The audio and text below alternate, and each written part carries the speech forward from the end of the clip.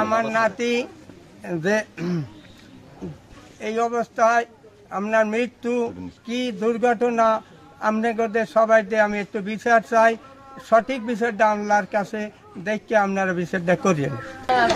কষ্ট তো এমনি আছে বাবা, অন্তরে বাপ মরছে, মা মরছে, মাইয়ে মরছে, পোয়া মরছে, এখন আবার নাতি মরে, কষ্ট তো আমার আছে। সেটা আমি কি কম আর কি করবো, আমার দুঃখের কথা কেডা বলবে আর কেডা।